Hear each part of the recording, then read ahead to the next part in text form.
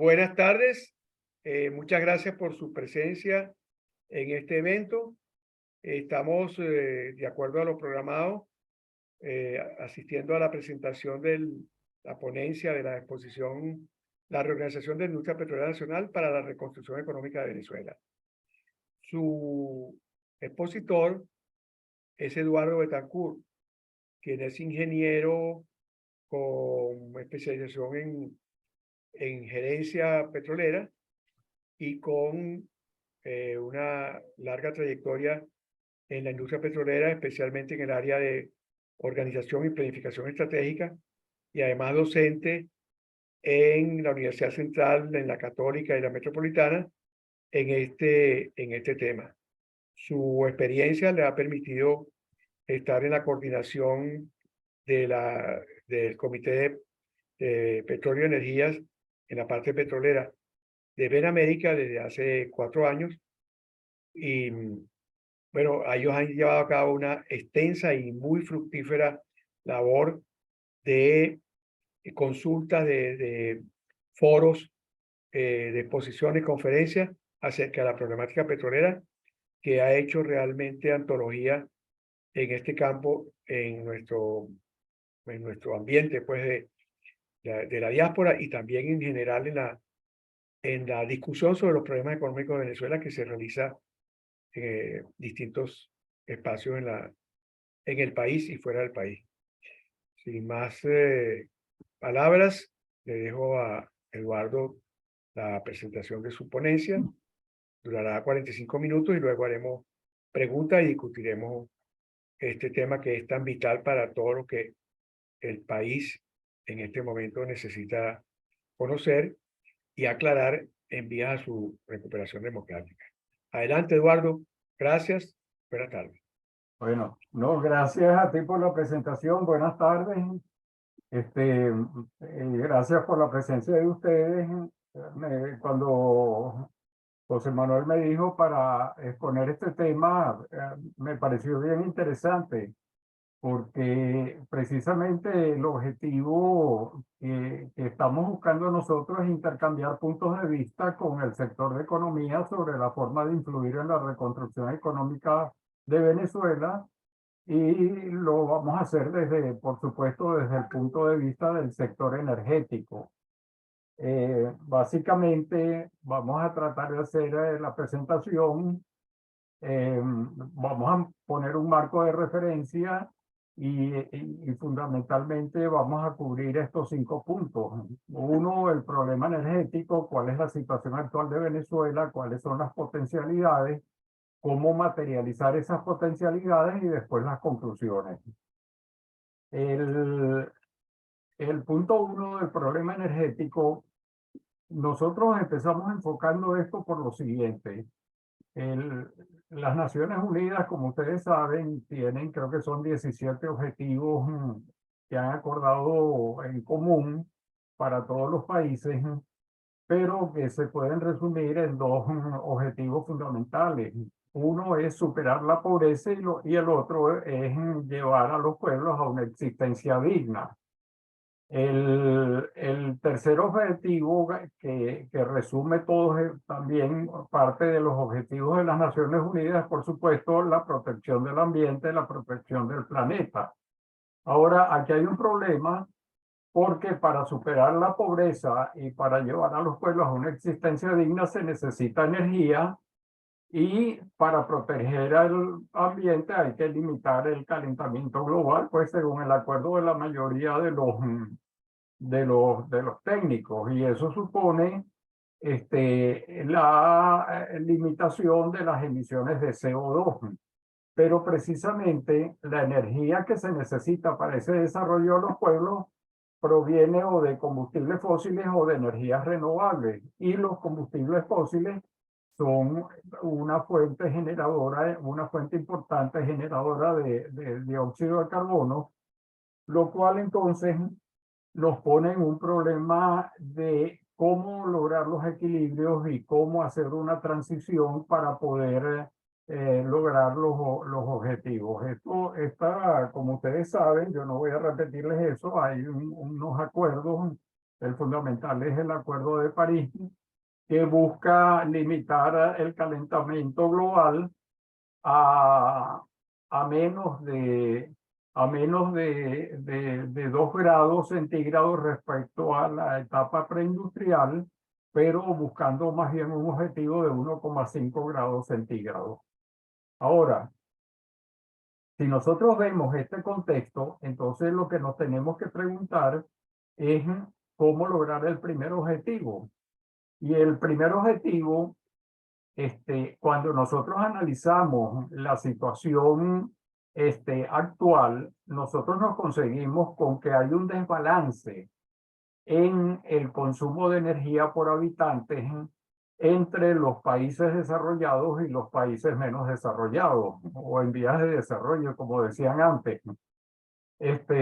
Por una parte, si nosotros medimos el consumo de energía por habitante por año, nosotros vemos que, por ejemplo, países como Estados Unidos, Europa, superan ampliamente a los países como África y como latinoamericanos, y el caso de Venezuela es todavía más grave por las circunstancias que estamos viviendo. La gente de la Shell, que trabaja mucho este tipo de cosas, en uno de sus escritos dicen que ellos han calculado que para que un país, los habitantes estén en unas condiciones de existencia digna, deberían consumir unos 100 gigajoules, y esto se me está pasando solo, unos 100 gigajoules por año por habitante. Eso es más o menos aproximadamente, no exactamente, pero con unos 18 barriles equivalentes de petróleo por persona por año. Entonces, nosotros vemos que países como Estados Unidos, Europa, etcétera, Estados Unidos consume el triple, Europa consume casi el doble de los otros países. Asia está más o menos equilibrado en lo que sería una existencia digna, Latinoamérica está por debajo, África muy por debajo, y bueno, ya sabemos dónde estamos en Venezuela. Entonces, viendo esto bajo este punto de vista, uno se pregunta entonces, eh, ¿qué, ¿en qué se consume esa energía? Las últimas cifras que yo tengo son las del año 2019 que salen en el Outlook del 2023 de la Agencia Internacional de Energía. Y entonces nosotros nos damos cuenta que del consumo total de energía, la industria absorbe el 38%. Esto explica por qué los países industrializados consumen muchísimo más. No es porque, porque el habitante promedio consuma más energía, sino porque se consume más energía en el sector industrial. Los edificios consumen el 30%, el transporte el 26%, y otros el 11% restante. Ahora, ¿de dónde proviene esa energía? El 29% para el año 19 provenía del petróleo. Estas cifras más o menos se han mantenido. En la pandemia hubo unas alteraciones, pero ya más o menos se han restituido a unos niveles parecidos. El 27% provenía de carbón, el 23% de gas natural, 5% de energía nuclear y apenas el 12% de renovables. Y estas dos franjitas que ustedes ven aquí son lo que es eólica y lo que es solar, porque la mayor parte de las renovables es más bien por biomasa, por donde se consume. Ahora, ¿qué significa esto? Esto significa que las energías fósiles, que son las que es responsables por casi el 100% del carbono del dióxido de carbono que se emite por concepto de energía. Ustedes saben que hay otras fuentes de dióxido de carbono que son diferentes, incluyendo la fotosíntesis, pero que esas energías responden por el 80%, que el 80% de la energía para estos momentos está en energías fósiles que supuestamente tendríamos que sustituir para poder bajar esas emisiones de dióxido de carbono. Ahora, de estas energías, el carbón es el más contaminante de todos. El carbón contamina casi el doble que el petróleo, que el gas natural, perdón, y bastante más que el petróleo también. Y a la vez el petróleo contamina más que el gas natural. Por eso el gas natural se ha conocido como la energía de la transición, porque si pudiéramos desplazar petróleo y carbón, sobre todo carbón, por gas natural, ya tendríamos una contribución efectiva y logrando los objetivos que se persiguen precisamente de desarrollo de la gente. Ahora, ¿cuál es la situación actual? Nosotros durante muchos años y toda la vida petrolera del siglo pasado, la gran preocupación que había era hasta cuándo íbamos a tener petróleo. Eso era lo que se conocía como peak oil, se escribían libros, etcétera, y se hablaba del terrible problema que iba a haber cuando se agotara el petróleo. Y yo no sé si ustedes recuerdan que incluso a comienzos del gobierno de Chávez, Chávez hablaba de que el petróleo iba a llegar a $200 por barril, etcétera, porque todavía estábamos bajo el paradigma de que el petróleo era o los hidrocarburos en general eran la principal fuente de energía y eran la única fuente de energía. Entonces los países que tenían grandes reservas estaban muy contentos porque esas reservas les iban a asegurar unas entradas de dinero por muchísimos años. Ahora, eso empezó a cambiar y cambió drásticamente a partir de este milenio.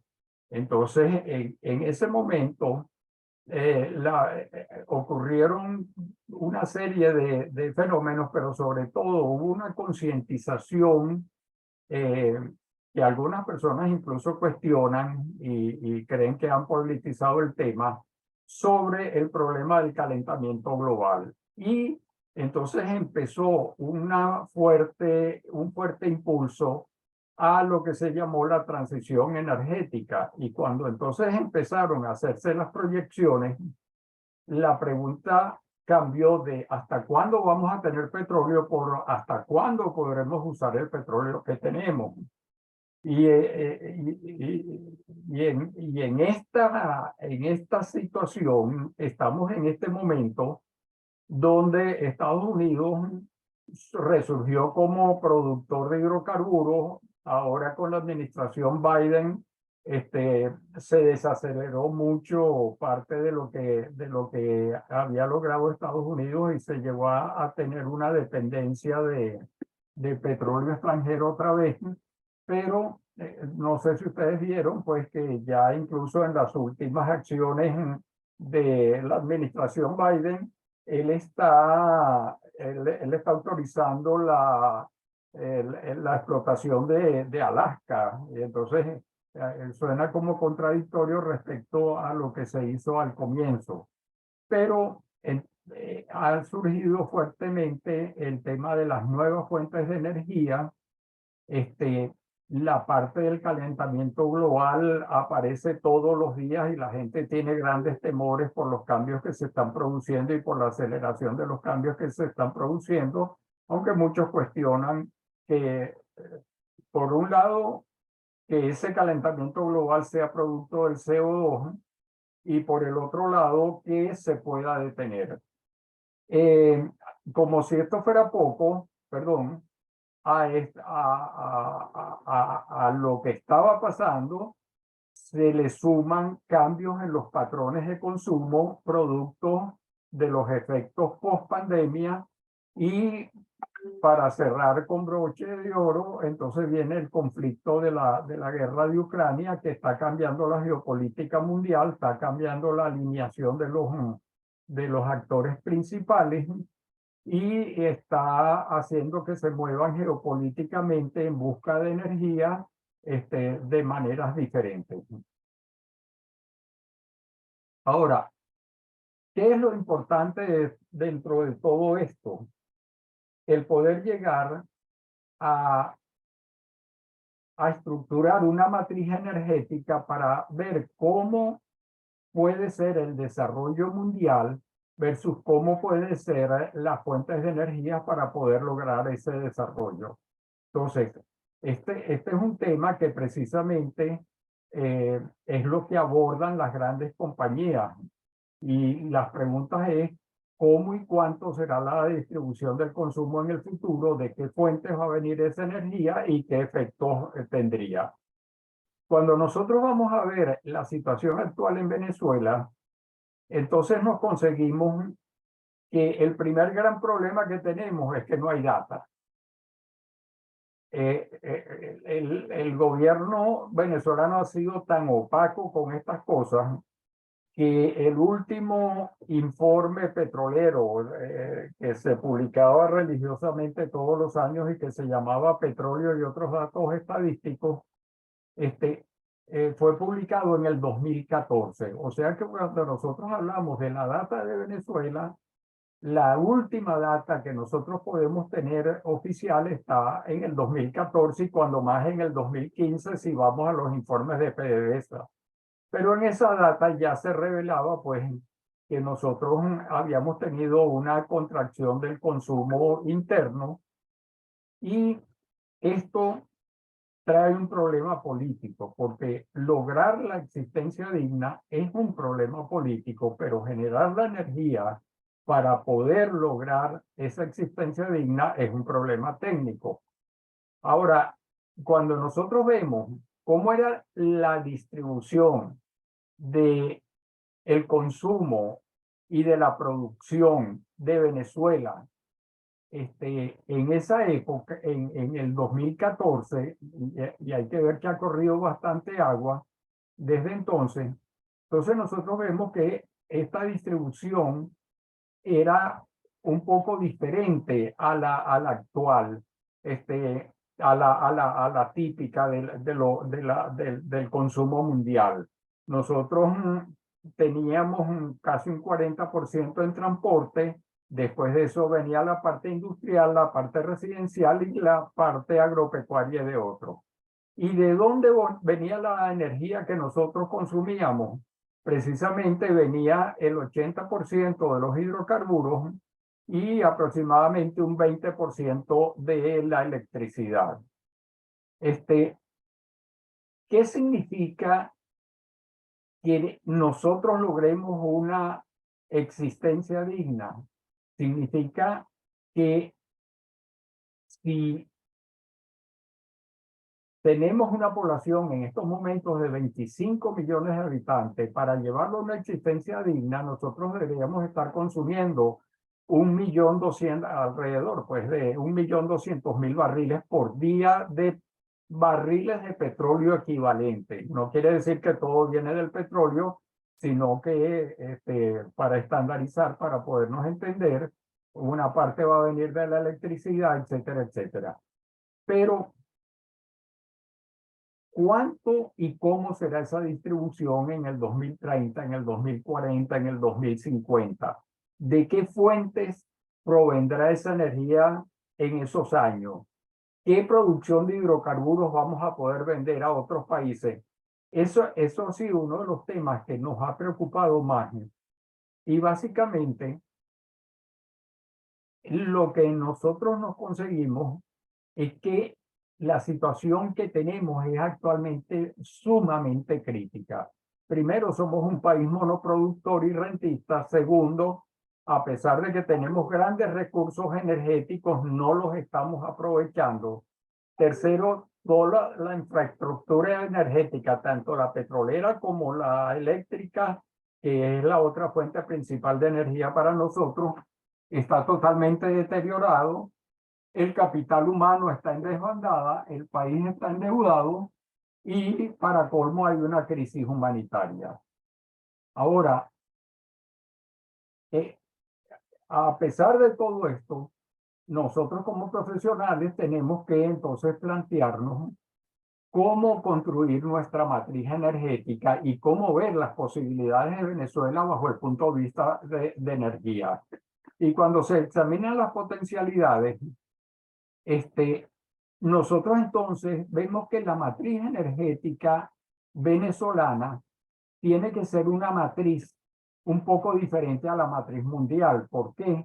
Porque nosotros tenemos la potencialidad de exportar energía. O sea, la matriz energética nuestra, por un lado, nos tiene que decir cuáles son las posibilidades, es decir, las potencialidades que nosotros tenemos, que no solamente son en hidrocarburos, están en otra gran cantidad de fuentes de energía.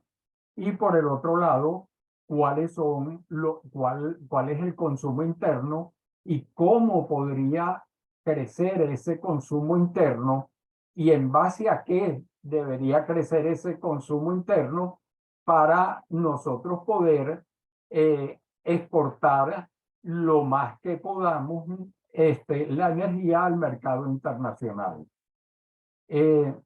Por eso precisamente es necesario un trabajo aquí multidisciplinario y básicamente, si ustedes examinan los planes petroleros, los planes se centran mucho en mostrar las posibilidades, pero esta parte de cómo va a ser puede ser la demanda internacional, podemos tener mucha información proveniente precisamente de todas las empresas que hacen estos análisis, porque esto se está analizando continuamente, pero la parte de cómo puede crecer Venezuela va a depender mucho de qué planes se puedan hacer y cómo cambie la situación política para poder desarrollar esos planes. De momento vemos que con el gobierno actual es casi imposible que pueda haber una recuperación económica,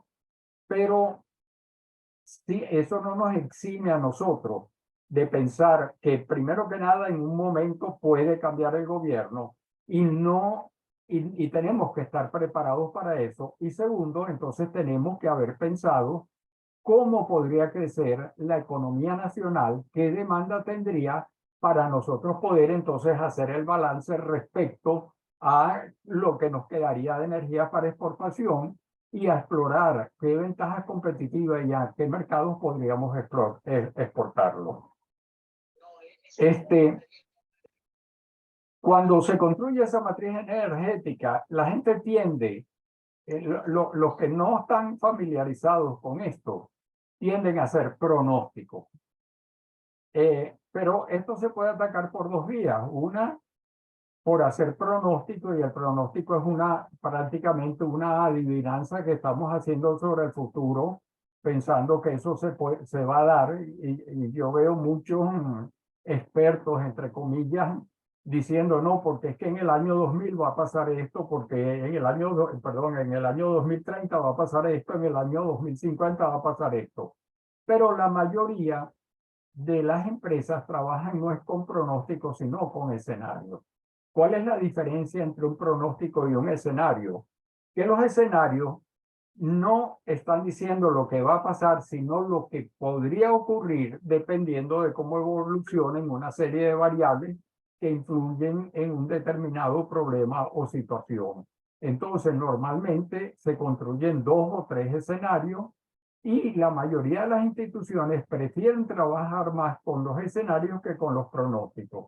Si ustedes ven, por ejemplo, los reportes de la Shell, los reportes de British Petroleum, los reportes de la Agencia Internacional de Energía, ellos lo que están planteando son diversos escenarios y precisamente cuando nosotros podemos elaborar eso, podemos examinar esos escenarios, podemos ver entonces a qué atenernos o qué compromisos hay que lograr colectivamente para poder tratar de llegar al mejor de los escenarios. Ahora, ¿cómo resolveríamos nosotros esa matriz energética por escenario para el caso de Venezuela? Bueno, por un lado, nosotros tenemos que ver cuáles son nuestras potencialidades si el gobierno cambiara. Y entonces aquí, por la situación política nuestra, tendríamos que ver, primero que nada, cómo sería una transición el día D+1 que no esté el régimen actual, qué plan de emergencia tendríamos que hacer para atender toda esta crisis hasta por lo menos estabilizar a la industria energética y sobre todo a la industria petrolera y a la parte eléctrica, a la industria de los hidrocarburos y a la parte eléctrica, qué nuevas inversiones se requerirían y cómo restaurar la capacidad de generación y de distribución en la parte eléctrica. Y por el otro lado, tenemos que optimizar el consumo interno y analizar el mercado internacional, qué posibilidades tenemos, qué clientes podemos reconquistar dadas nuestras ventajas comparativas y competitivas, y cómo renegociar incluso los contratos que tenemos actualmente con diversas empresas que han estado o que han tenido una actuación y que tienen incluso demandas contra la República y específicamente también contra Petróleos de Venezuela. Ahora, ¿por qué es importante entonces que nosotros busquemos, aunque sea con la mejor aproximación posible, construir esa matriz energética? Bueno, porque nos va a decir cuál es nuestra potencialidad energética, cuáles son las fuentes económicamente más rentables en cada caso, qué actores estarían en capacidad de producirlas, cuáles son los montes de inversión que se requerirían, cuánto deberíamos producir y cuánto podríamos exportar en los diversos escenarios, dónde debería o estarían las condiciones para invertir la nación y dónde debería atraer inversión privada. Y por supuesto, cuando uno entonces empieza a hacer ese análisis, tiene que empezar por la potencialidad energética de Venezuela. El sector petrolero afortunadamente ha estado desarrollando esto. Existen varias evaluaciones, existen varios planes, por supuesto, todos sujetos, como les digo antes, al principal problema que nosotros tenemos con la industria petrolera, que es la opacidad de la información. Nadie sabe cómo están las instalaciones, nadie sabe qué es lo que realmente pasa. Y los datos incluso de producción tenemos que tomarlos de las fuentes de la OPEP, porque información oficial del gobierno como se producía antes no sale. Ahora, ¿qué es lo que se ha analizado hasta ahora? Primero que nada, que tenemos grandes reservas petroleras, probablemente no las que dice el gobierno, pero suficientes como para aprovechar la ventana de oportunidad que le puedan quedar a los hidrocarburos, pero es una ventana que cada vez se está cerrando más. Tenemos reservas de gas natural, tenemos reservas eléctricas importantes y tenemos energía solar y energía eólica sobre todo, e incluso hay hasta una energía geotérmica. Esto por el lado de las energías, pero por el lado de la sustentabilidad, Venezuela tiene una ventaja competitiva que es por tener esa cantidad de yacimientos. Nosotros podemos secuestrar el CO2, el reinyectarlo y tenemos grandes oportunidades de hacer reforestación. Solamente para que ustedes tengan una idea, en uno de los webinars nosotros trajimos a un experto en estas cosas y nos decía que solamente en Uberito, si nosotros evolucionáramos con un proyecto como el de Uberito en su mejor tiempo, nosotros podríamos generar créditos de carbono por la reforestación con los pinos y con otras plantas que también se pueden hacer, que nos daría para poder exportar toda nuestra exportación petrolera completa, sin sin dar, eh, conteniendo, llegando a un equilibrio con respecto a las emisiones del CO2. Aquí es donde a mí me gustaría empezar a decirles cómo hemos llegado a esta situación, cómo materializar esto. Yo quisiera hacerles un resumen a ustedes de cuál ha sido la actuación de Benamérica. Fundamentalmente en el sector energético. Fundamentalmente nosotros nos hemos centrado en 4 cosas fundamentales. Primero, en influir en que se unifiquen los talentos. Lamentablemente, en el sector energético, lo mismo que hay grandes talentos, hay también grandes egos. Y una de las cosas que nosotros empezamos a darnos cuenta es que todo el mundo tenía un plan y cada quien tenía un plan. Y al final del día, los que hacían los diversos planes no se hablaban con los otros, ni se discutían, ni se trataban de comparar los planes, etcétera, etcétera. Desde el año 2016 empezamos a insistir en que las organizaciones que estaban en capacidad de producir los planes se pudieran unificar y logramos contactarnos con SBIT, con la academia, con el grupo Orinoco, con Coener, con todos los que estaban haciendo eso. Y ellos lograron unificarse y elaborar una cosa que es una preciosidad porque es el primer plan que se elaboró por más de 150 técnicos calificados, que se llamó el plan de emergencia y que estuvo listo para septiembre del 2018.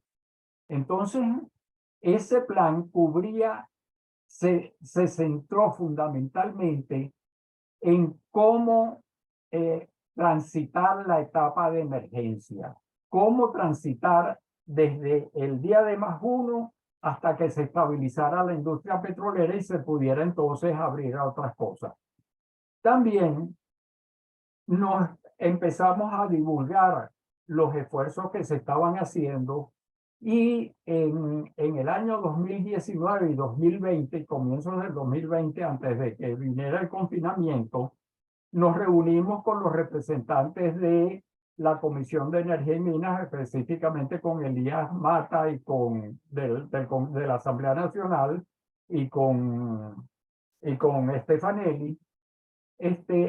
Les hicimos las presentaciones. Yo voy a usar algunas láminas de las presentaciones que hicimos en aquel momento, y les ofrecimos toda nuestra colaboración. Y además de eso, hicimos una alianza estratégica con VAPA, que es la Venezuelan American Petroleum Association de Houston, que incluso nosotros ayudamos a constituir a VAPA, o sea, los apoyamos en sus esfuerzos, en los esfuerzos de los organizadores de VAPA para poderse estructurar. Y por supuesto hicimos la alianza con ellos de inmediato. Y cuando vino el confinamiento, en lugar de ver el confinamiento como un gran problema, tratamos de aprovechar la oportunidad y a los 15 días de decretarse el confinamiento empezamos una serie de webinars precisamente con el fin de divulgar todos los esfuerzos que se estaban haciendo por las diversas fuentes y hasta ahora llevamos unos 140 webinars realizados desde la etapa del confinamiento hasta la semana pasada. ¿Qué hicimos paralelamente con eso? La promoción y apoyo a los estudios especializados. De nuevo, usando las herramientas tecnológicas que el coronavirus nos hizo acelerar. Utilizamos incluso los grupos de WhatsApp y creamos grupos para analizar la ley de hidrocarburos, grupos para analizar los nuevos planes, grupos para analizar los planes a mediano y largo plazo, etcétera, etcétera. ¿Y qué hemos logrado hasta ahora? Que por lo menos los grandes actores se hablen y se den cuenta de en qué estamos todos de acuerdo, y además de eso, que apreciemos en qué no estamos de acuerdo y aclaremos por qué no estamos de acuerdo.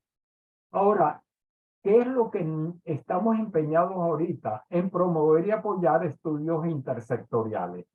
Y aquí es donde podemos jugar un rol conjunto, por ejemplo, con el sector de economía, porque nosotros no tenemos hasta ahorita ninguna eh, proyección de escenarios de qué pasaría en diversos escenarios de desarrollo económico en Venezuela y qué cantidad de energía podríamos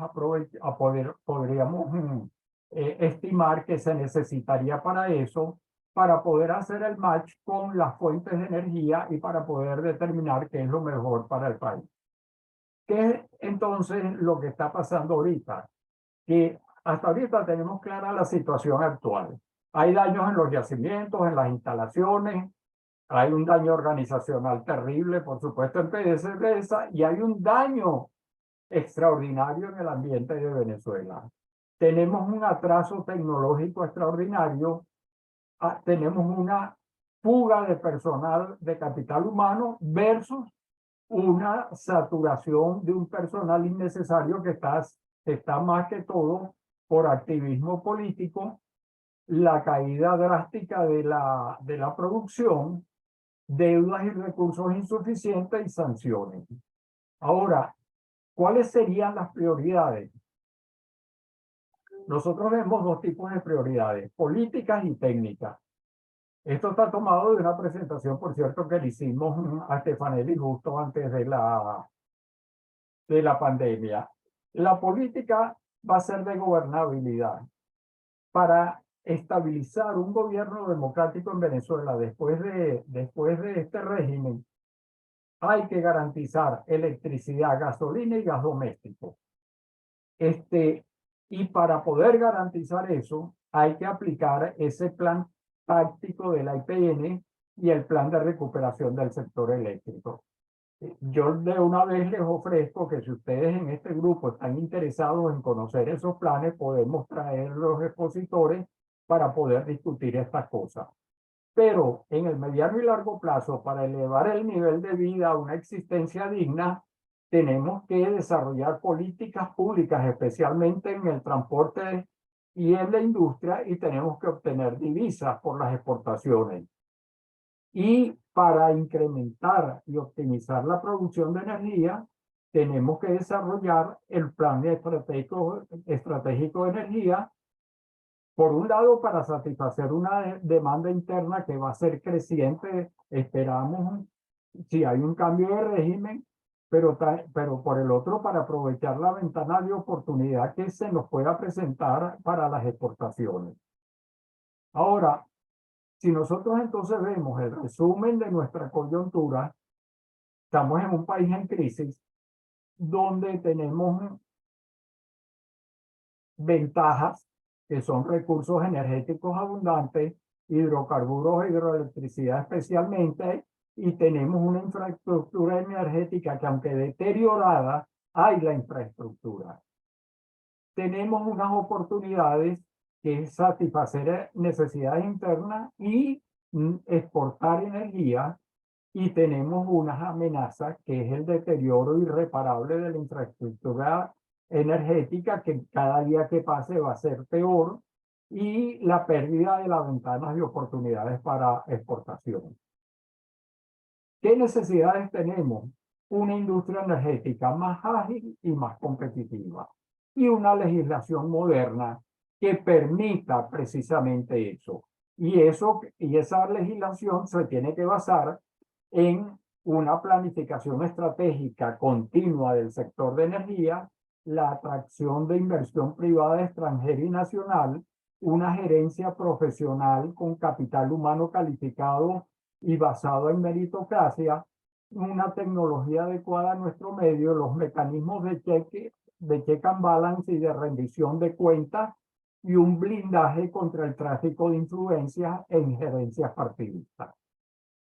Ahora, cuando nosotros nos reunimos precisamente con los que estaban elaborando el anteproyecto de ley orgánica de hidrocarburos, le hicimos un análisis de lo que ellos nos estaban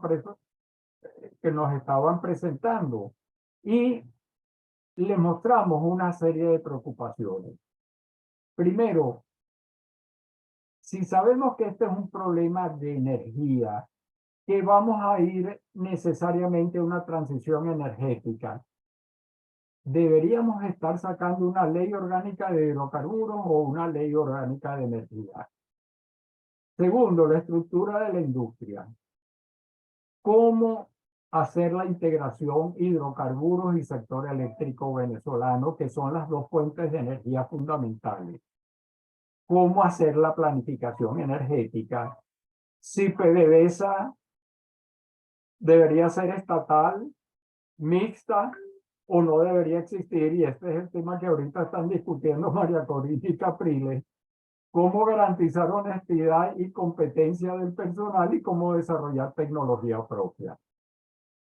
Después viene la regulación de las actividades. Deberíamos tener una Agencia Nacional de Hidrocarburos o OI, una Agencia Nacional de Energía. ¿Qué debe ir en la ley y qué debe ir en un reglamento? ¿Cómo lograr una industria ágil y competitiva? En la parte del régimen económico, ¿cómo lograr flexibilidad y simplicidad para atraer inversionistas? Y por último, en las disposiciones transitorias, ¿qué es lo que debe ir en la ley? ¿Cuáles son nuestros factores críticos de éxito? Bueno, nosotros vamos a tener el día de +1 un problema donde vamos a tener que recurrir a préstamos internacionales. Los préstamos internacionales, como ustedes saben, no van a venir gratis. Van a examinar cuál es la capacidad de pago que nosotros tenemos y esa capacidad de pago, las únicas fuentes realmente donde vamos a poder obtener dinero en los primeros años va a ser de la industria de hidrocarburos y de la parte de electricidad, si también deja algún margen de exportación. Tenemos que restablecer, entonces tenemos que reestructurar la deuda de Petróleos de Venezuela, reactivar la producción de hidrocarburos, restablecer la generación y distribución eléctrica, satisfacer el mercado interno, elaborar y ejecutar un plan energético nacional coordinado, reactivar la producción de otros bienes y servicios, pero sobre todo lograr un gran acuerdo nacional. Y eso requiere una labor de divulgación, porque precisamente nuestros sectores de influencia y especialmente el político, pero también hay otros sectores que tienen concepciones erróneas de lo que son, de lo que es el petróleo, de lo que es las posibilidades del petróleo, de lo que es la energía y de lo que son las posibilidades de Venezuela. Ahora, el problema está en que podemos tener los planes, pero esos planes tienen, esas posibilidades tienen que concretarse en planes y esos planes tienen que concretarse en resultados. Y para producir esos resultados necesitamos organización y esa organización implica que nosotros tenemos que tener claros qué procesos vamos a seguir para obtener los resultados, qué insumos vamos a necesitar, qué infraestructura y sobre todo qué capital humano y de dónde lo vamos a sacar. Y eso precisamente ha sido uno de los últimos estudios que nosotros hicimos interdisciplinario dentro del sector de energía, con una comisión de expertos en el área que determinaron que lo primero que nada para tú atraer inversiones, permitir participación privada y crear confianza, necesitas cambiar tu modelo petrolero. Nosotros tenemos un modelo petrolero que viene de la nacionalización, que contemplaba un Ministerio de Energía y Minas, una PDVSA que era casa matriz y era donde estaban las funciones de administración y planificación, y unas filiales operadoras que a su vez tenían unas empresas mixtas, algunas de ellas. Ahora, la nueva ley orgánica de hidrocarburos, el proyecto de ley, contempló un cambio. Dijo, bueno, debemos tener una agencia reguladora, una agencia venezolana de hidrocarburos. Se cuestiona si debe haber una PDVSA operadora o no, pero sí estamos seguros que necesitamos empresas privadas y empresas mixtas. Sin embargo, el grupo que estudió al mediano y largo plazo también generó un modelo alterno. Y el modelo alterno, en lugar de Agencia Venezolana de Hidrocarburos, contempla una Agencia Venezolana de la Energía, contempla una empresa nacional de energía, contempla la participación de las empresas privadas, joint venture, etcétera, y esta agencia incluso pudiera tener filiales que pudieran ser filiales petroleras o petrolíferas. Como tal, el problema no está en la privatización de PDVSA, sino en la participación del capital privado en las actividades de la industria. Y lamentablemente, por el modelo existente, se confunde la industria con la empresa PDVSA porque era todo. Pero la industria de hidrocarburos es diferente a la empresa PDVSA. PDVSA puede dejar de existir y la industria de hidrocarburos puede desarrollarse. Y una de las cosas que nosotros discutimos en la parte ya legal es que para lograr esto, en la creencia del grupo, no es necesario ni siquiera cambiar la actual constitución. Basta con cambiar las leyes. El artículo 303 de la IPN dice, por razones de soberanía económica, política y de estrategia nacional, el Estado conservará la totalidad de las acciones de Petróleos de Venezuela o del ente creado para el manejo de la industria, no para la operación. Del ente creado para el manejo de la industria. Tú puedes manejar la industria sin necesidad de operarla. La pueden operar privados, la pueden operar empresas estatales, quien más nos convenga. Y eso entonces exceptúa a las filiales, asociaciones estratégicas, o sea, que no tienen que ser totalmente del Estado. Y cualquier otra que se haya constituido o que se constituya como consecuencia del desarrollo de los negocios de petróleos de Venezuela. Bueno, para ir cerrando, porque ya llevo un minuto de prórroga, hacer eso supone, por un lado, hacer una planificación de organización, por la otra parte, hacer una planificación de capital humano, y para eso se necesita ya de una vez comenzar a estructurar qué es lo que nosotros esperamos como nuevo modelo petrolero, como nuevo modelo energético. ¿Cuáles son los valores en que se debe fundamentar? ¿Cuáles son las competencias directivas que necesitamos? ¿Cuáles son las competencias medulares? ¿Qué cantidad necesitamos? ¿Cómo seleccionarla? ¿Cómo compensarla? ¿Cómo desarrollarla? ¿Cómo gerenciar el conocimiento que se vaya generando y cómo gerenciar el cambio? En otras palabras, nosotros tenemos que pasar de la IPN actual a una nueva IPN que debe estar orientada a maximizar los ingresos fiscales en la ventana de oportunidad que queda, a garantizar el suministro de los hidrocarburos que el país necesite y a contribuir al crecimiento económico y propiciar el desarrollo de empresas nacionales de hidrocarburos y contribuir con el desarrollo regional.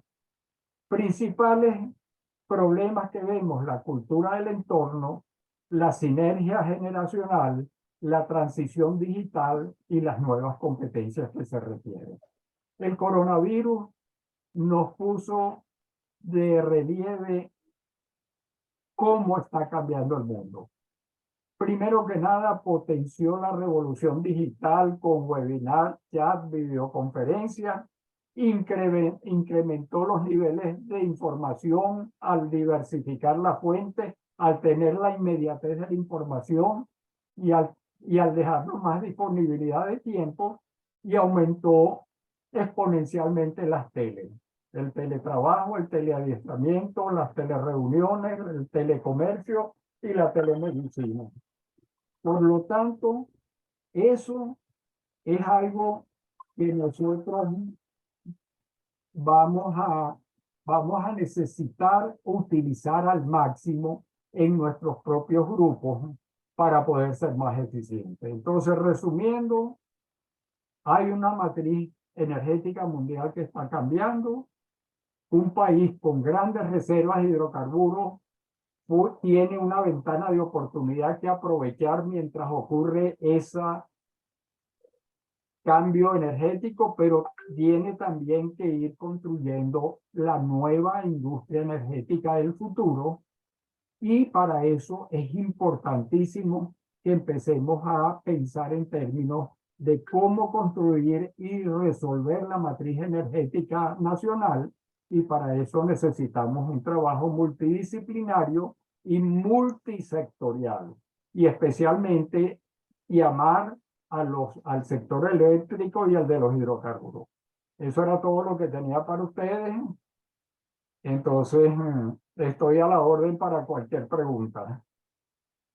Bueno, muchas gracias, Eduardo. Excelente. Realmente se ve que hay un cúmulo muy, muy amplio, muy profundo y muy prolongado de información y de aportes de muchos expertos en esa presentación tuya.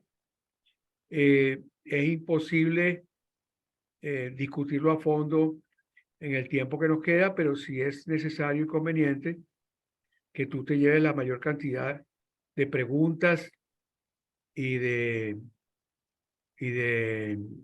propuestas y de planteamientos de parte de nuestro comité, de los que asisten a este evento, y hacia el futuro generar también una intercomunicación, porque hay una cantidad de cosas que están implícitas de este lado de la matriz, como el problema de redimensionamiento del Estado, como el problema de cómo la nueva Venezuela va a recuperar sus dimensiones demográficas, el gravísimo problema de la falta de información, porque muchas de estas cosas están basadas probablemente en información internacional o en supuestos que estarían más o menos montados sobre bases históricas, etcétera, que a lo mejor han cambiado. En fin, lo que me produce, por una parte, es una gran emoción, un gran entusiasmo, porque, bueno, desde el área de economía, en lo que nosotros hemos hecho, que es planificación económica y planificación del desarrollo y toda la problemática del desarrollo de Venezuela, luce como una verdadera, digamos, un gran tesoro informativo y de diseño y de pronósticos y proyecciones, más que pronósticos y proyecciones, prospecciones y modelación, que de verdad me hacen sentir muy, muy seguro y muy emocionado de todo lo que hacen en Iberoamérica y especialmente lo que hace tu área. Este, eh, Antes de pasar la palabra al resto del grupo, quiero decirte algo más. Hoy, coincidencialmente, se planteó una discusión entre dos colegas, José Guerra y Antonio Paiva, que se hizo como en el chat así de manera muy espontánea, pero que puso de manifiesto uno de los principales problemas, que es cómo se va a redimensionar el Estado y cómo va a cambiar la economía para dejar de ser la economía excesivamente estatista y excesivamente rentista, que ya por un lado no puede ser por el cambio de la situación petrolera, tanto externa como interna, pero además porque ya Venezuela debe transformarse en términos sociales, socioeconómicos, sociopolíticos y civiles. Entonces yo creo que esto que tú acabas de exponer debe ser materia de debate y de discusión y de posicionamiento de los que están aspirando al liderazgo político del país en las primarias que vienen. Entonces yo creo que a todos los que van a intervenir les pido por favor que hagan preguntas lo más precisas posible, que no se encadenen como yo casi lo hice, y que, bueno, disfruten y vean cómo tenemos la capacidad en este pequeño y modesto espacio en América de hacer cosas tan importantes como congregar a un grupo tan extenso y tan importante, ese capital humano que está fuera y dentro de Venezuela. Es decir, la Venezuela diasporada que ya tenemos, diasporzuela, que va a seguir siendo diasporada y que va a seguir necesitando que se conjuguen esfuerzos desde afuera y adentro porque ya todo es tele. Entonces, adelante todos mis teleinvitados. Pidan la palabra, por favor. Ramón Mantelini. Ramón Mantelini quiere hablar, ¿verdad? Adelante, Sí, Ramón. Ok, adelante. Bien. bueno, gracias por la invitación. Antes que nada, felicitaciones a Eduardo por el resumen que hizo en tan poco tiempo de un trabajo supra extenso y que verdaderamente está lleno de todas las facetas, los aspectos, los instrumentos y los obstáculos que se nos van a presentar para transitar. Hay realmente una coyuntura que es difícil de abordar porque hay tantas variables en la situación actual del país que es necesario cabeza fría y sentar realmente principios sólidos de economía, porque podemos gastar mucho tiempo en dar muchas vueltas mientras la crisis humanitaria del país nos exige otra cosa. Eduardo, realmente te felicito por el trabajo hecho y pienso que hay ahí todavía bastante tela que cortar con relación a el esquema legal que se plantea.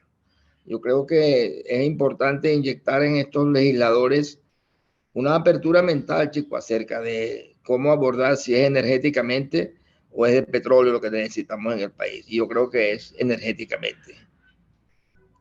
Gracias. Gracias a ti, Ramón. José Manuel, tienes el micrófono cerrado.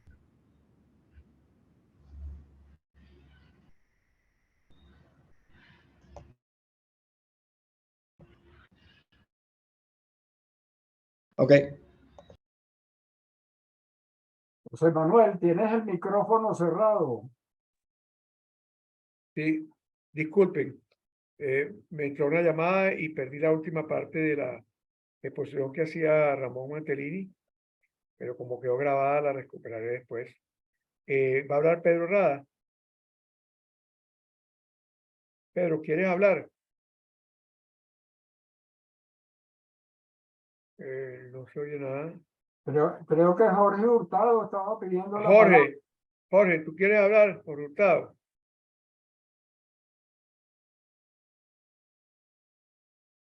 Parece que tampoco. No, lo que pasa es que tiene el micrófono cerrado, pero está pidiendo la palabra. Bueno, no, yo veo a Pedro Rada como iluminado, pero no veo que Jorge esté. ¿Dónde la está pidiendo? Aquí en la. No, yo Ah, es me Jorge quedé sin Varal. audio. Jorge Varal, es Jorge Desafortunadamente, Varal. ¿qué Jorge, pasa? adelante, Jorge Varal. Bueno, no, menos mal que tengo, porque es que me quedé sin audio y me perdí la parte más importante, que es la parte final. Bueno, de todas formas, oye, Eduardo, fabuloso. Realmente te felicito. Fue extraordinaria la presentación. Me encantó. Desafortunadamente, no sé, se me fue el internet, se me fue el sonido.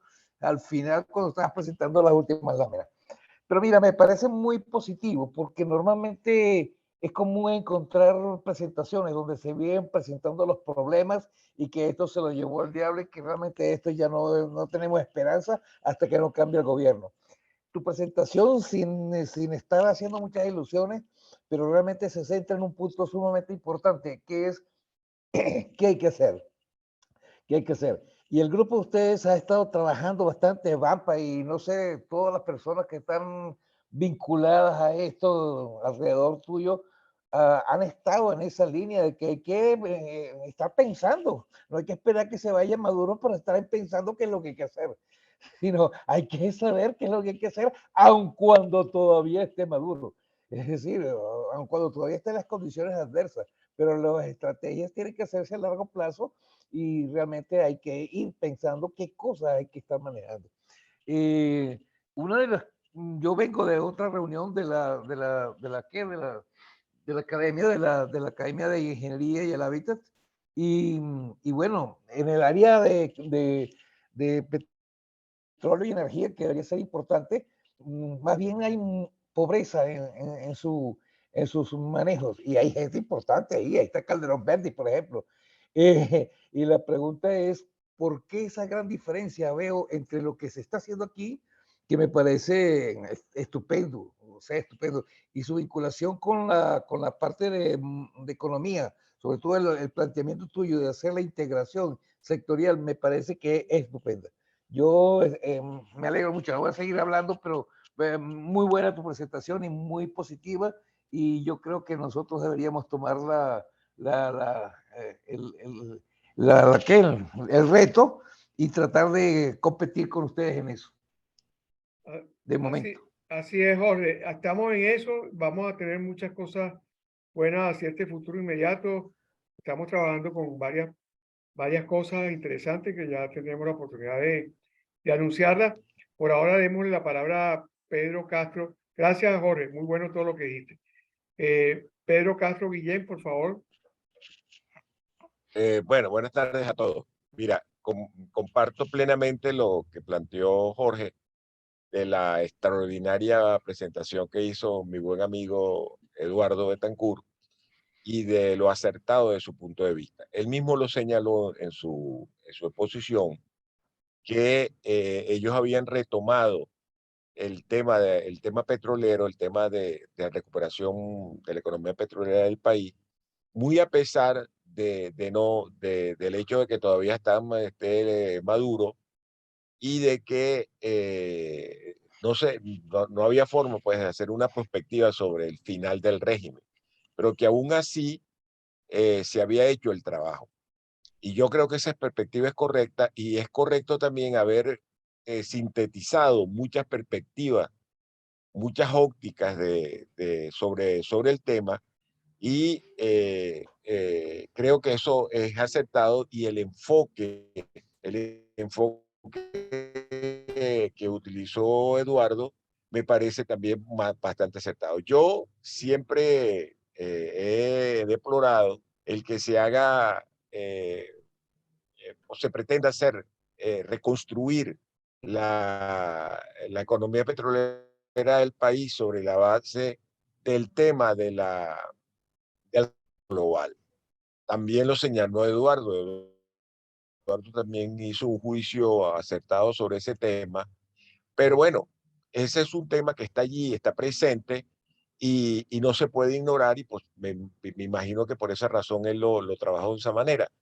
Pero hay que tener cuidado porque dentro del tema del calentamiento global hay demasiada ignorancia, porque como ustedes saben, yo soy historiador y puedo decir que a lo largo de los últimos 3000 años de historia, calentamientos globales y enfriamientos globales ha habido en muchos momentos, en muchas épocas, y han sido los responsables de caídas del imperio, es decir, el imperio romano, la aparición de los vikingos, tiene que ver con procesos de enfriamiento y calentamiento global en el imperio chino durante la Edad Media. O sea que eso de responsabilizar al petróleo o a la emisión de hidrocarburos, del calentamiento global o el enfriamiento global, me parece que está marcado por un tema ideológico. ¿Sí? La manía de la gente de convertir todo en un tema ideológico, porque antes antes de la era petrolera hubo calentamientos globales y enfriamientos globales. Es decir, ¿por qué necesariamente en este momento el responsable es el petróleo? Es decir, Eduardo lo señaló muy bien, no solamente es responsable, no es solamente el petróleo es responsable de emisiones de carbono, ya vaya usted a saber las emisiones de metano que emiten los rebaños de vacunos, ¿verdad? El propio movimiento del planeta tira 300.000 toneladas de basura a la atmósfera diaria. Es decir, una serie de cuestiones que hacen un tanto especulativo colocar el tema del reglamentamiento global, asignándole al petróleo un factor determinante. Nada de raro tendría, en virtud de lo que ha venido pasando en los últimos 3.000 años, que el calentamiento global desapareciera de buenas a primeras, tal como apareció, sin que nosotros podamos proporcionar una explicación sobre el tema. Pero eso es un tema, como digo, de abordaje ideológico del asunto. Creo que Eduardo lo trató muy bien en el sentido de que lo hace porque, bueno, porque eso es lo que está de moda y esas son las perspectivas que hay y todo lo demás. Pero su óptica me parece que no es la óptica de Eduardo, es la óptica de un conjunto de personas, de un colectivo que decidió pensar en este problema. Y como yo lo dije antes de comenzar la reunión, yo creo que en el país vienen cambios importantes políticos y entonces pensar sobre estos temas es extraordinariamente importante y yo, por ejemplo, creo que es bien oportuno que el grupo que represente a Eduardo haya tomado esa iniciativa. Yo lo felicito y lo animo a seguir en este tema y seré un propagandista vigoroso sobre su trabajo, así que me puede contar entre sus auspiciantes más fervorosos. Muchas gracias. Gracias a ti, Pedro.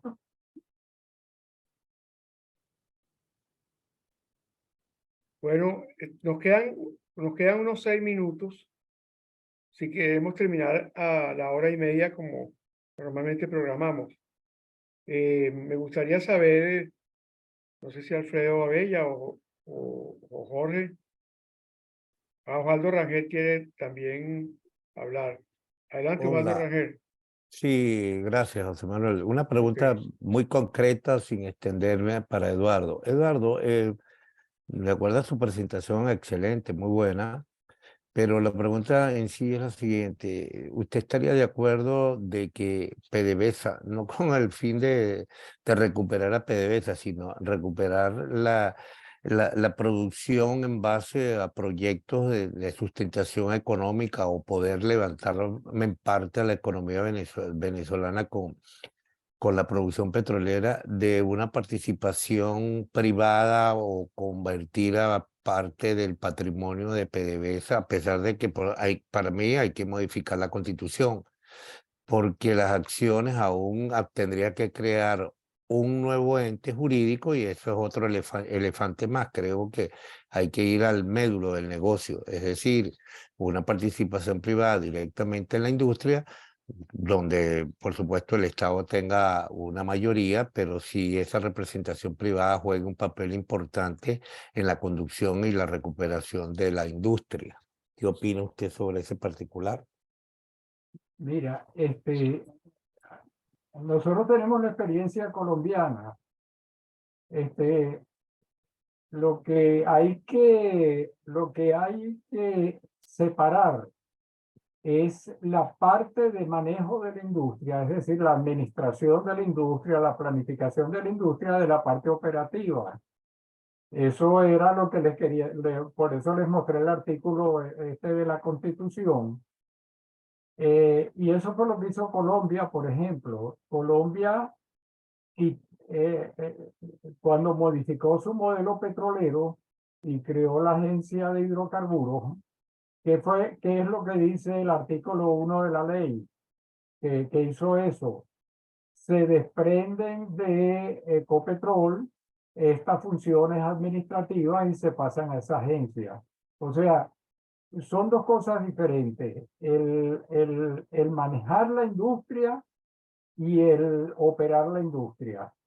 Si, por ejemplo, el modelo petrolero del año 76, en lugar de eliminar las concesiones, simplemente se hubiera abierto en la nacionalización, se hubiera dicho, bueno, mira, vamos a crear una empresa estatal y se va y se abre esto y se abre la industria petrolera para esa empresa estatal y para otras empresas que quieran trabajar en esta cuestión. Ya nosotros no hubiéramos necesitado tener 14 filiales ni nada de eso, pero sí hubiéramos necesitado tener una empresa que coordinara todo. Y eso es todo lo que está pasando. Cuando yo le comentaba a José Manuel que cuando yo veo, por ejemplo, las declaraciones, incluso de expertos petroleros, y lo puse en el chat petrolero, le dicen, no, hay que privatizar a PDVSA. Yo le digo, ¿qué es lo que vas a privatizar de PDVSA? Porque el Estado venezolano es el dueño de los yacimientos. Ahí tendríamos que modificar la Constitución si quisiéramos cambiar eso. Y tendríamos que ver las ventajas o desventajas, porque eso tiene problemas y la mayor parte de los países tienen lo mismo. Entonces, si el yacimiento es del Estado venezolano, ¿quién debe administrar esos yacimientos? Tiene que ser un administrador del Estado venezolano. Entonces, eso es la parte donde tú puedes simplemente decir, bueno, ya esto no lo va a hacer PDVSA, sino que lo va a hacer la Agencia de Energía. Ahora, ¿conviene o no conviene mantener una empresa nacional?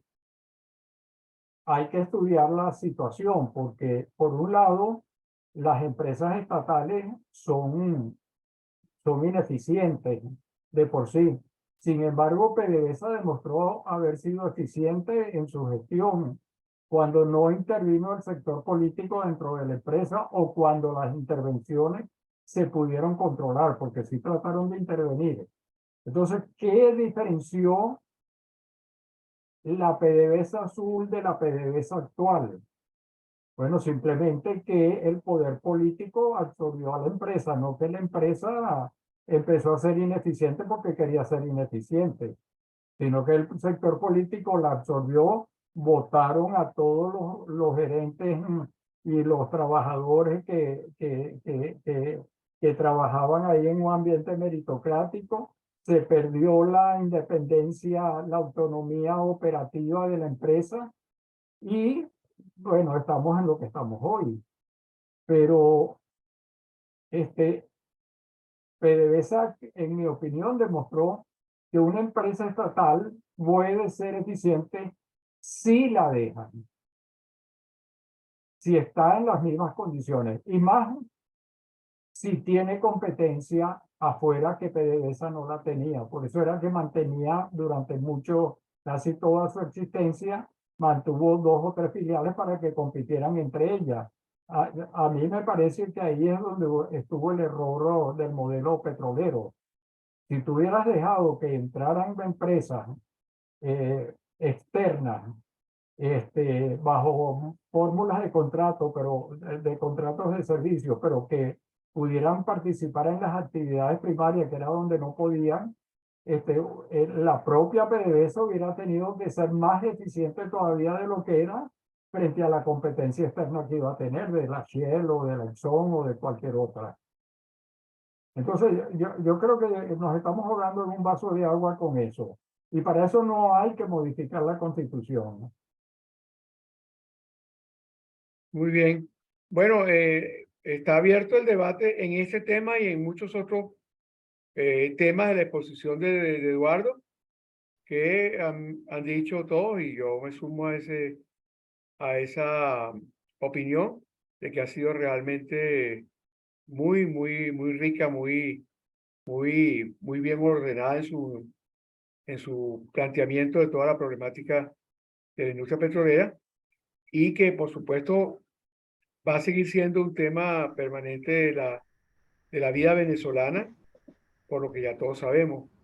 Me parece que, y lo dejo para el grupo de nuestro comité, para discutirlo posteriormente, que debemos de buscar la forma de tener más información sobre este sector y de su relación con otros temas que nosotros atendemos aquí casi continuamente, como los problemas de educación, de capital humano, de, de recuperación de la, de la economía, eh, que realmente en este momento todo lo que planteó Eduardo solo es posible, y lo sabemos de sobra, si se cambia el régimen político, pues si hay una recuperación de la democracia. Pero al mismo tiempo también habría que darle oportunidad a todas las posiciones que tienen los distintos sectores políticos y los distintos sectores del país, los que piensan en una PDVSA estatizada, en un monopolio total, los que piensan en una liberación total de la propiedad sobre la tierra, en fin, porque lo que sí sabemos es que a pesar de todo lo que logró PDVSA durante su época de PDVSA Azul, el país se transformó parcialmente en un país con capital humano. Se hicieron muchas inversiones sociales, se hizo se desarrolló mucho la educación y la salud, y se desarrolló mucho la infraestructura, pero no se logró una inclusión total de la población. Y eso no es culpa de PDVSA, pero no sabemos si esa inclusión podría ser mayor con un cambio del modelo económico, incluyendo la transformación de la propiedad del subsuelo como parte de nuestra constitución. Eso hay que oír a todos los sectores, hay que desideologizar el tema y sobre todo hay que poner todo lo posible atención en las tendencias actuales, que en gran parte están consideradas implícitamente en la exposición de Eduardo, pero que no están totalmente abordadas. El futuro inmediato es de todavía muchas transformaciones. Se habla, se habla de un cambio demográfico enorme, todavía con la robotización reciente de la inteligencia artificial. No se sabe hasta dónde va a llegar el desempleo o el replanteamiento del sistema productivo mundial. Con lo del COVID están todavía recuperándose las cadenas productivas. Y bueno, está todo el problema social de la pobreza crítica. Hay 2.000 millones de habitantes en el mundo que están por debajo del nivel de pobreza, digamos, mínimo razonable, están en pobreza crítica. Y en Venezuela, sobre todo con el periodo que hemos tenido de cambio hacia un socialismo radical, estamos también en un problema de exclusión, de marginalidad muy fuerte, muy fuerte. Bueno, los 7 millones que estamos afuera somos en cierta forma marginales, pero lo más importante es que podemos seguir hablando de estas cosas y que se siga abriendo el diálogo. Yo les agradezco mucho. Lamento que no hayan sido tantas las personas que José necesitamos. Manuel, José Manuel, Sí, Alfredo y Jorge están pidiendo la palabra. Yo no tengo problema en quedarme un rato más. ah, bueno, está bien, no lo vi. ¿Quién la pidió primero? Alfredo. Alfredo. Ok, Alfredo, adelante. Disculpe, Alfredo, que no te vi. Adelante, Alfredo. Gracias. No hay problema, no hay problema. Mira, bueno, además de felicitarte por la síntesis, la aproximación que se ha hecho al tema, creo que como lo planteaste, llevar este asunto al debate público de los candidatos que están en la primaria sería ideal y que esto tuviera en el debate público, pues, por ser un tema tan trascendente. ¿Tienen pensado alguna estrategia o algo para que eso ocurra? Bueno, nosotros mantenemos un sistema de webinar todos los viernes, que por cierto son abiertos. Yo siempre le mando las invitaciones a todos los sectores en Penamérica y cualquiera puede entrar. Y como como dice José Manuel, nosotros hemos traído los expositores que nos den de diversos puntos de vista. Por ejemplo, en el tema ambiental, nosotros trajimos a los que se oponen, a los que creen que de verdad que hay un calentamiento global y a los que no lo creen. Y los dos, pues, de ambos, pudimos por lo menos saber cuáles eran las teorías y los modelos que sustentaban una cosa u otra.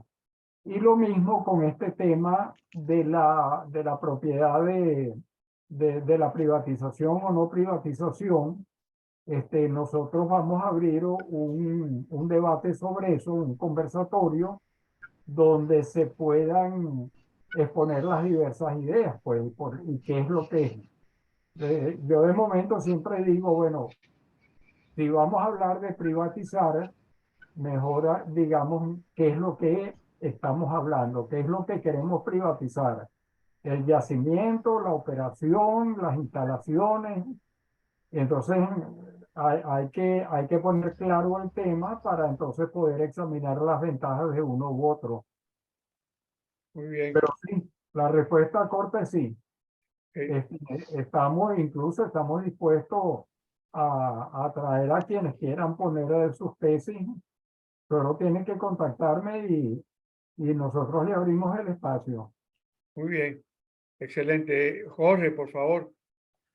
Pero no, el punto es, yo no creo que hay que cambiar la Constitución para poder prescindir de PDVSA. Es decir, eso es una interpretación.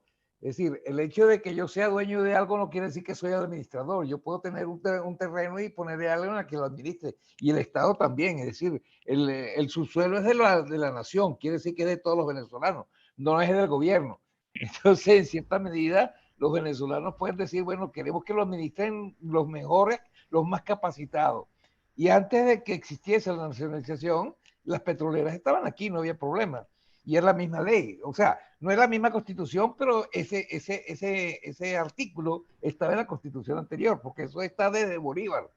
O sea que realmente es un principio muy fundamental. Es el sustento de la soberanía. Pero no necesariamente eso quiere decir que realmente el que administre tiene que ser el Estado, que realmente evidentemente ha mostrado que no, que tiene su problemática. ¿Ok? Eso por un lado. Pero por otro lado, lo que quería era sugerirle, tanto a Manolo como a ti, los dos coordinadores de Iberoamérica, oye, es tan valioso la cantidad de información que tú has acumulado en videos, en las reuniones, y lo mismo aquí dentro del área de economía. Aquí ha pasado gente muy buena discutiendo temas también muy variados en distintos puntos, desde los que dicen que aquí ya esto se acabó y no hay nada que hacer, hasta los que tienen muchísimas expectativas.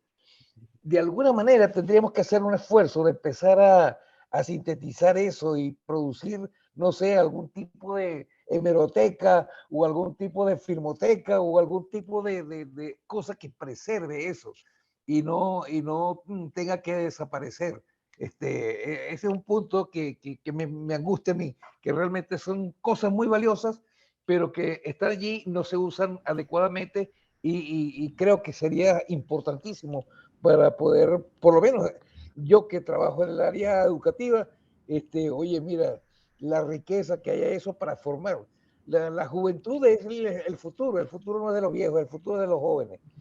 Y realmente yo estoy enfocado en ese sentido, de desarrollar estrategias de formación de ingenieros y de otras personas, pero en este momento estoy en el área de ingeniería, que realmente estén preparados para enfocar las soluciones más apropiadas para la problemática de Venezuela. Eso es lo que quería mencionar. o sugerir Ok. que lo ¿Alguna, pongamos como proyecto. ¿Alguna otra opinión antes de darle la palabra del cierre a Eduardo? Feo, ¿quieres decir Sí, yo, algo más? ¿A Ramón?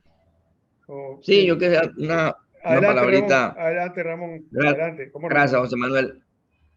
Eduardo, lo que acaba de decir Jorge me parece estupendo. Mira, tenemos experiencia ya en la historia de PDVSA que son válidas bajo la estructura legal existente. Antes de que pasaran la ley en asociaciones estratégicas, que PDVSA tenía que tener el 60%. Mira, eso fue echar para atrás todo lo que se había adelantado. PDVSA puede participar con otros socios en la administración, explotación, producción de áreas estratégicas o como las quieras denominar, puede llamarlas áreas especiales económicas, como tú quieras llamarlas, pero ya la experiencia existe y el aspecto legal está en esa ley. Solamente le tienes que volver a cambiar el mínimo de 60% por el que sea menos del 50% y tienes ya la existencia de eso, ya tienes años. El caso de Chevron es uno de esos, pues ahí tienes algo viviendo. El otro ejemplo es el que hicimos en el mercado interno, con la creación de Deltaven y la apertura del mercado interno a toda nacional y extranjera. Lo único, la variable que controla eso es el precio, porque PDVSA era la única vendedora del producto porque se producía en Venezuela lo suficiente, pero ese esquema vale aun cuando si PDVSA no estuviera produciendo la cantidad de volumen que requería el mercado interno. Y ya esa experiencia se pasó y fue exitosa.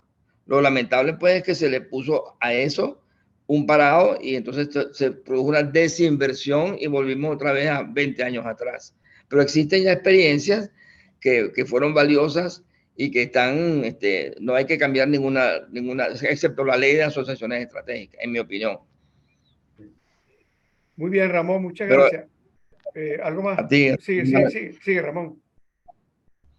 no, eso era para mí los puntos que quería aclarar, que no hay que ahondar mucho en el esquema legal porque ya existen las experiencias.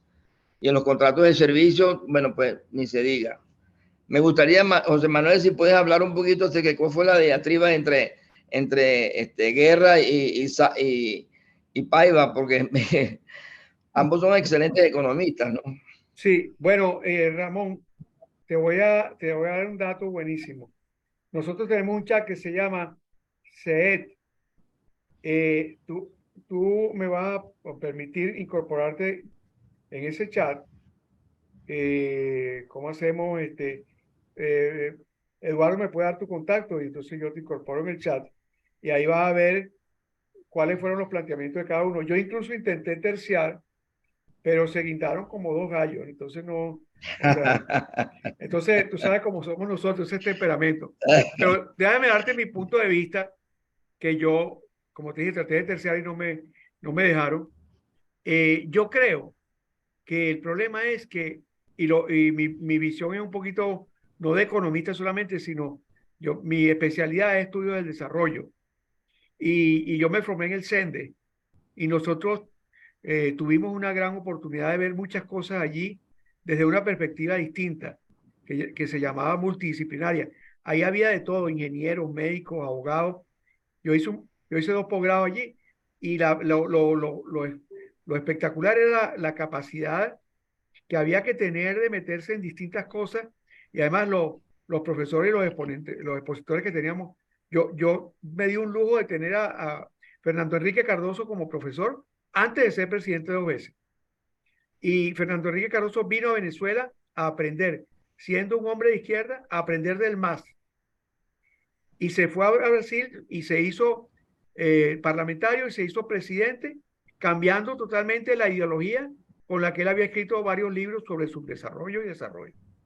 Entonces, el problema, Ramón, y todos ustedes, es un poquito más complejo y tiene que ver con que América Latina tiene 200 años de haberse independizado de España y no deja de ser de distintas maneras un territorio de caudillos.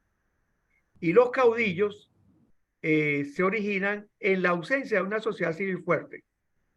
Una de las cosas que no ha habido en Venezuela, a pesar de los análisis marxistas, es una verdadera burguesía nacional.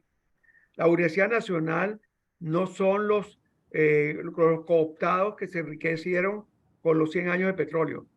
Eso es una burguesía, vamos a llamar así, capitalista de Estado.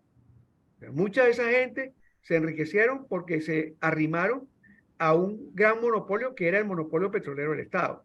Y para no extenderme mucho, yo creo que eso debería de formar parte de la discusión con los líderes que quieren ser presidente de Venezuela. Porque a mí me ha pasado, y yo creo que algunos de ustedes también, que yo me he encontrado compañeros de graduación que toda su vida, incluso haciendo doctorado afuera, venían a buscar un trabajo en el gobierno. Yo le decía al chico, pero si hay tantas oportunidades con lo que tú has aprendido afuera, ¿por qué no te conviertes en un emprendedor? No, la gente tenía esa visión y debe ser un paradigma para muchos compañeros. Yo estuve en el Gran Mariscal de Ayacucho y entonces te decían, ya llenaste la planilla, hay unas planillas en el ministerio. Yo decía, no, yo no quiero trabajar en el gobierno. Entonces te lo digo por eso, nada más que por eso. Aunque reconozco que lo que dijo Jorge Baral y lo que ha dicho Eduardo son apreciaciones muy válidas. Y sé que hay países como creo que Noruega, donde el Estado tiene una gran intervención en todo el manejo de la industria petrolera y ha sido exitoso. De manera que esto habría que ventilarlo y habría que considerar cuál es el cambio que necesitamos políticamente para profundizar la democracia, para que no sigamos eligiendo caudillos que nos prometen cosas sin decirnos qué van a hacer. Porque eso han sido en su gran mayoría todos, salvo algunos líderes de la Cuarta República, como Betancourt, ¿verdad? Y quizá uno que otro de los otros que omito, no había realmente compromiso. La cosa era el coroto, y tú lo ves ahorita, y están en la posición dividida porque todos quieren ese presidente, pero, y todos dicen que van a acabar con la pobreza, pero tú le preguntas cómo. Entonces yo creo que, y en esto termino con esta propuesta, la voy a hablar con Eduardo y con Neuro y con todos los demás comités, hagamos un esfuerzo por ver si creamos un área de debate con todos los que quieren ser presidente y lo planteemos no desde uno solo de los comités, sino desde Benamérica. O sea, que Benamérica abra un espacio especial para que nosotros busquemos la manera de hacer transparente el compromiso de los que quieren ser presidentes con lo que realmente van a hacer. Esa es una propuesta que hago. De acuerdo. Felicitaciones. Muchas gracias. Bueno, hemos gozado pullero, creo yo.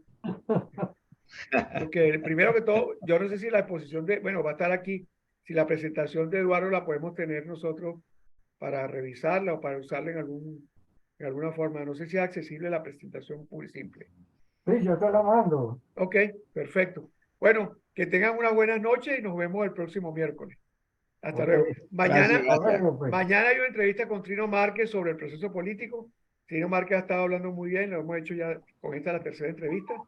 Yo se las envío a través del chat de nosotros. Ahí va a estar la entrevista de él. Y bueno, sigan adelante. El futuro todavía es nuestro, Jorge. El futuro no se termina hasta el último suspiro. Así es. Hasta luego, pues, gracias. Gracias me pasa el contacto de Ramón. Eduardo, por favor, el contacto de Ramón Mantelini. Gracias. Yo no sé si lo tengo. Bueno, y el de Alfredo, el de Alfredo me lo pasas tú, Jorge.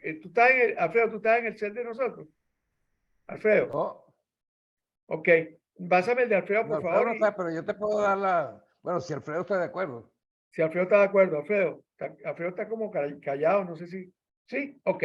Bueno, entonces Alfredo también está incorporado para enviarte las invitaciones. Entonces yo te paso las coordenadas de Alfredo. Ok, muchas gracias de nuevo y buenas tardes. Hasta luego. Buenas tardes. Gracias.